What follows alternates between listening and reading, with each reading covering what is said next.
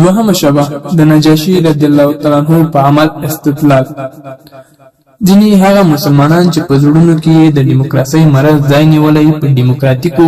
نظامونو کې د خپل مشارکت لپاره د نجاشي رضی الله تعالی عنہ په عمل استدلال کوي او وایي چې نجاشي سره لدی چې مسلمان پادشاه وو خو اسلامي حکومت یې نه و نافذ کړی او بیا هم رسول الله صلی الله علیه وسلم هغه ستایلی او هغه ته یې عبدالصالح ویلي او په هغه یې غایبانه جنازه هم کړې ده. نو که په اوس وخت کې هم کوم پادشاه اسلامي نظام نافذ نه او یا نور مسلمانان په یو غیر اسلامی نظام کې برخه واخلي څه ناروا خبره نه ده.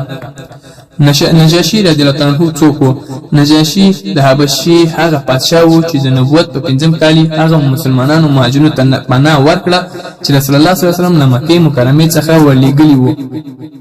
د پادشاه د همدغه مهاجرینو په لاس اسلام قبول کړ او مسیحیت یې پرېښود.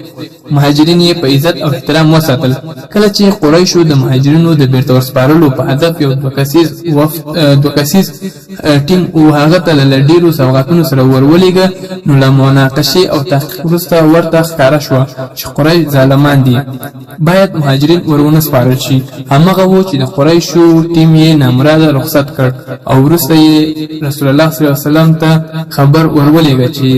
د جعفر عنه په لاس اسلام قبول کړی او رسول الله صلی الله علیه وسلم سره یې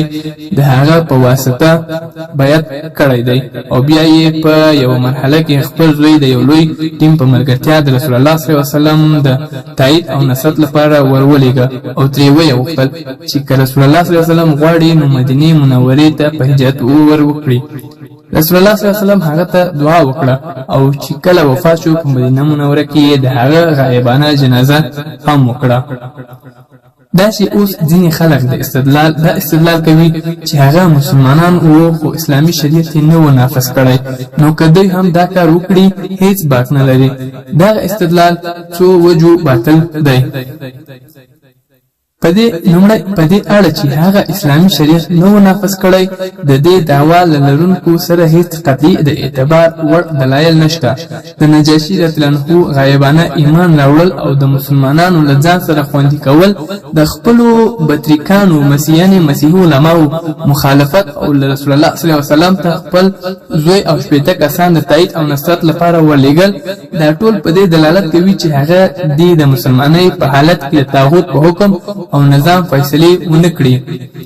دوهم د نجاشي رضی الله عنه په وضعیت استدلال کول قیاس دی.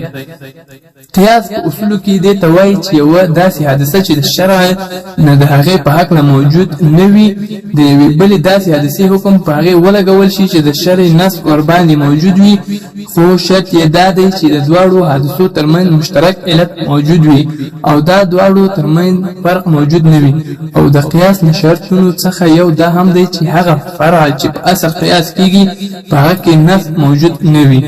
دلته اوس د نجاشي عنه عمل اصل ګرځول شوی او په اوسنۍ زمانه کې په دیموکراتیک حکومت کې مشارکت فرع ګرځول شوی او د دواړو ترمنځ د شریعت نه تنفیذول مشترک علت ګرځول شوی دی. خو د قیاس ځکه صحیح نه دی چې دلته د فرع په حق له صریح نصوص وجود لري او هغه دا چې هر څوک چې شریعت حکم ونه ګڼي هغه مسلمان نشي پاتې کېدی. لکه چې الله جل جلاله په صراحت فرمایي فلا وربك لا يؤمنون حتى يحكموك فيما شجر بينهم ثم لا يجدوا في أنفسهم حرجا مما قضيت ويسلموا تسليما. سورة النساء 15 آیت. ژباړه قسم دی پرب ستا چې نه مؤمنان کېږي دوی تر هغو پورې چې حاکم فیصله کوونکی کړي ته په هغو شخړو کې چې پیښې شوي د دوی په منځ کې او بیا ونه مومي دوی په خپلو زړونو کې ناراضي ستا له فیصلې او ومني دوی ستا خبره په منلو سره بې له جګړې. او همدارنګه الله جل جلاله فرمایي الم تر الى الذين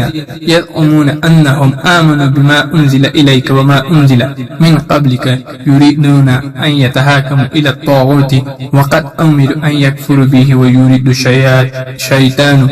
ان يذلهم ضلالا بعيدا. سورة النساء 15 آیت. ژباړه آیا نګوري هغه خلک چې ګمان کوي چې ایمان یې راوړی پر هغه کتاب چې نازل شوی دی تا ته او پر هغه چې نازل شوی و تر تا د مخه غواړي د فیصلې لپاره وړاندې شي تاغوت ته په داسې حال کې چې دوی ته امر شوی چې پر تاغوت کافر شي وایي نه مني او شیطان غواړي هغوی ډېر زیات ګمراهان کړي. نو آیا دا روا ده چې د شرعي نص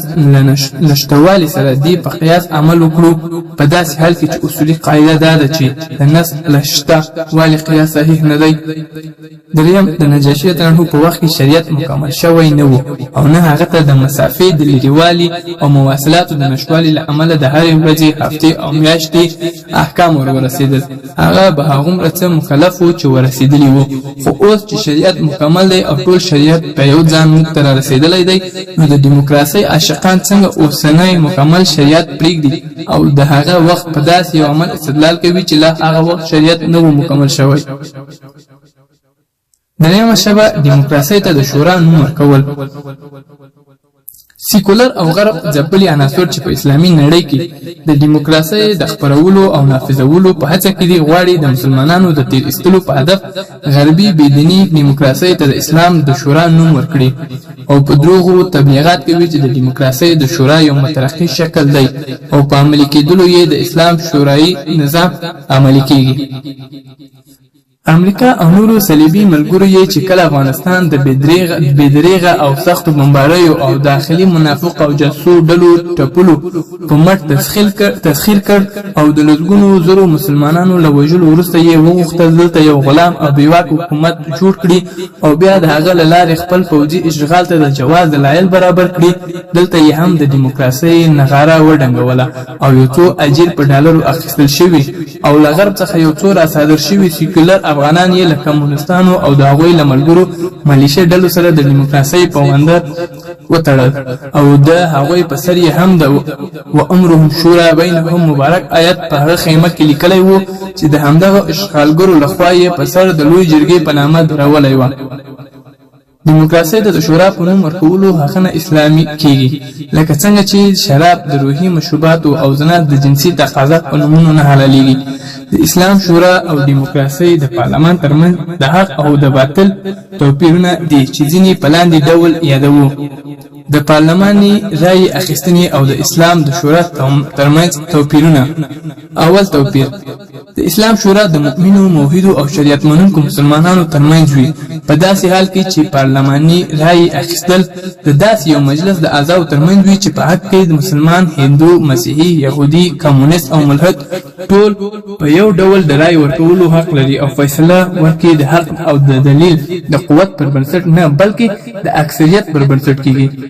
قرآن چې کله د شورا آیت ذکر کوي د داسې مؤمنانو لپاره د وصف په ډول ذکر کوي چې هغوی به الله جل جلاله ایمان راوړی دی او په الله جل جلاله توکل کوي، له لویو ګناهونو او د بېحیایۍ لپاره د بېحیایۍ له کارونو ځان ساتي او چې کله په قهر شي بخښنه کوي او هغه چې د رب بلنه یې منلې او لمونځونه نه درولي او کار یې په شورا سره وي او د الله جل جلاله له ورکړي انفاق کوي او کله چې تیری پرې وشي بدل اخلي. قرآن مجید وایي وامرهم شورا بینهم، خو دیموکراسي او پارلماني رایې اخیستنه وایي وامرهم شورا بینهم و بین غیرهم، یعنی په اسلام کې به شورا یوازې د مؤمنانو ترمنځ وي خو په دیموکراسۍ کې به شورا د مؤمنانو او کافرو ټولو ترمنځ وي. نو په همدې اساس د اسلام شورا او دیموکراسۍ دواړه یو شی ګڼل په حقیقت کې د حق او باطل یو شی ګڼل دي. دوهم توپیر: د اسلام شورا یو الهي حکم او منهج دی چې په وحي نازل شوی او د اسلام د الله رسول الله صلی الله علیه وسلم عملي کړی دی، خو دیموکراسي د بشر لخوا د هغوی او هوس پر بنسټ د کفارو لخوا یو وضع شوی نظام او یو بېدینه مفکوره ده. دریم توپیر: د اسلام شورا په هغو امورو کې کېږي چې هلته نص موجود نه وي او چې کله نص موجود شي بیا شورا ته ځای نشته، خو په دیموکراسۍ کې اساساً د الله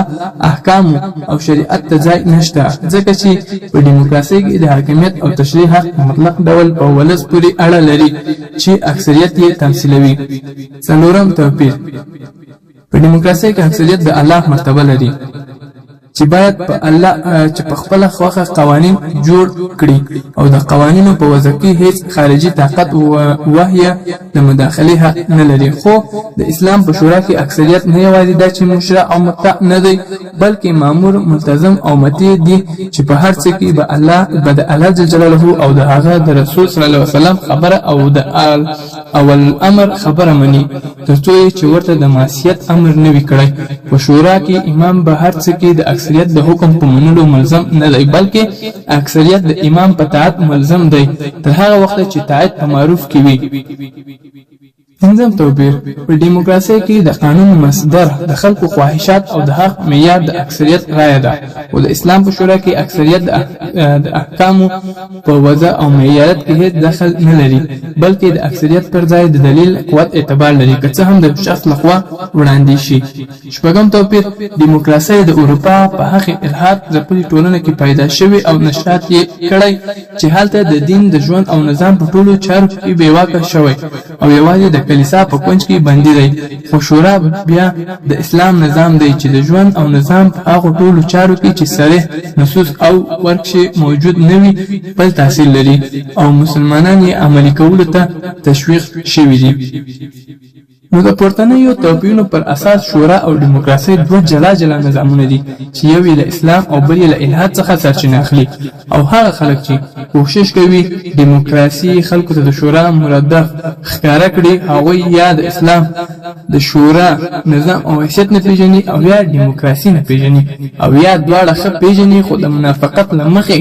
د دیموکراسي کفري نظام عامو مسلمانانو ته د اسلام د شورا په قالب کې معرفي کوي ترڅو مسلمانان له هغې څخه کرکه ونه کړي او یې نه مني.